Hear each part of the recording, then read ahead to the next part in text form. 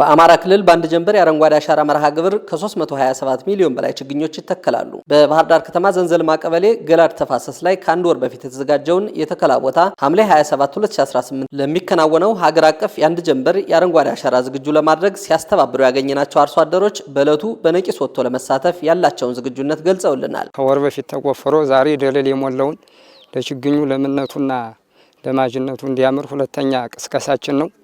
እኛም ይሄንን ጧታ 12 ሰዓት ተኩል ጀምረን እስካሁን ባለው ስራ ላይ እንሳተፋለን። ማህበረሰቡ በጣም በትኩረት እየሰራ ነው።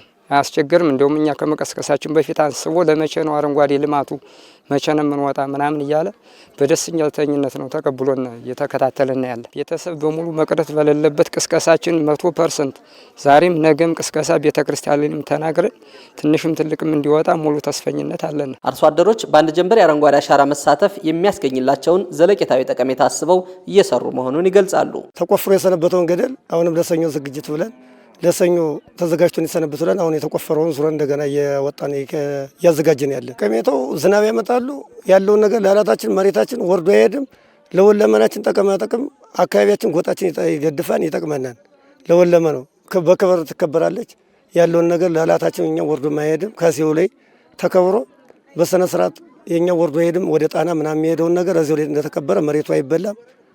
መንደርም ገና ተንገሩሮ የሚሄደውን ውሃ እንዳይበለው ያስቀረዋል። ያው አፈሩ እንዳይቦረቦርና አፈሩ ተሸርሽሮ ታጥቦ ወደ ሌላ ቦታ እንዳይሄድ የማገገም ስራ እየሰራን እንገኛለን።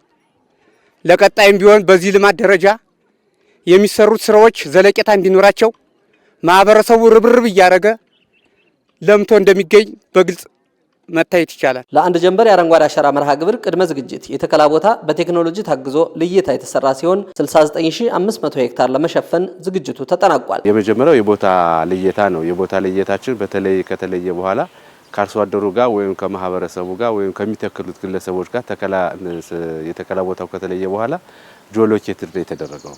ጂኦሎኬትድ ተደርጎ በአጠቃላይ ከ113000 በላይ ጂኦሎኬትድ የተደረጋለ። በአንድ ቀን ተከላ የምናካሄደው ደግሞ ከ65900 ሄክታር በላይ ተከላ እናካሄዳለን። በዚህ ላይ ደግሞ አመቱ ሙሉ ስናዘጋጃቸው የነበሩ ችግኞች ከ327 ሚሊዮን በላይ የተለያዩ ዝርያ ያላቸው የደን፣ የፍራፍሬ፣ የቅርቃሃና የከተማ ውበት የሚሆኑ ችግኞችን ለመትከል ዝግጅቱ ተጠናቋል። በአንድ ጀንበር የተከላ መርሃ ግብሩ የመረጃ ቅብብሎሽ ሂደቱን የተሟላ ለማድረግም ከቀበሌ የተከላ ቦታዎች እስከ ክልል ባለሙያዎች በማሰማራት ዝግጅት ተደርጓል። የመረጃ ቅብብሎሻችንም ከ4100 ባለሙያ በላይ በዚህ ቀን የመረጃ ቅብብሎሽ አለ። በቀበሌ ደረጃ ከ3554 የቀበሌ ባለሙያዎች መረጃ ይሰጣሉ። ከቴክስት የሚያደርጉ በቀጥታ ወደ ፌደራል በኢትዮ ቴሌኮም ሊንክ የተደረጉ ልጆች አሉ። 480 ደግሞ በወረዳ ደረጃ የቀበሌዎችን የሚያስተባብሩ አሉ። 88 ባለሙያዎች ደግሞ ወረዳዎችን የሚያስተባብሩ የዞን ባለሙያዎች አሉ። በክልል ደረጃ ደግሞ 6 ባለሙያዎች አለን ይሄን የምናስተባብር። ስለዚህ ዝግጅታችን አጠቃላይ በጥሩ ሁኔታ እየሄደ ነው። የባህር ዳር ከተማ አስተዳደርም በእለቱ ከ338000 በላይ ችግኞችን ለመትከል ቅድመ ዝግጅቱን ያጠናቀቀ ሲሆን ማህበረሰቡ በነቂስ ወጥቶ የመርሃ ግብሩ ተሳታፊ እንዲሆን ጥሪ ቀርቧል። በከተማ አስተዳደራችን የፍራፍሬ ችግኞች ላይ አተኩሮ የተሰራ ነው። በአንድ ቀንም ሐምሌ 27 ለሚካሄደው የአንድ ጀንበር ተከላ ወደ 338410 ችግኞችን ለመትከል ታቅዷል።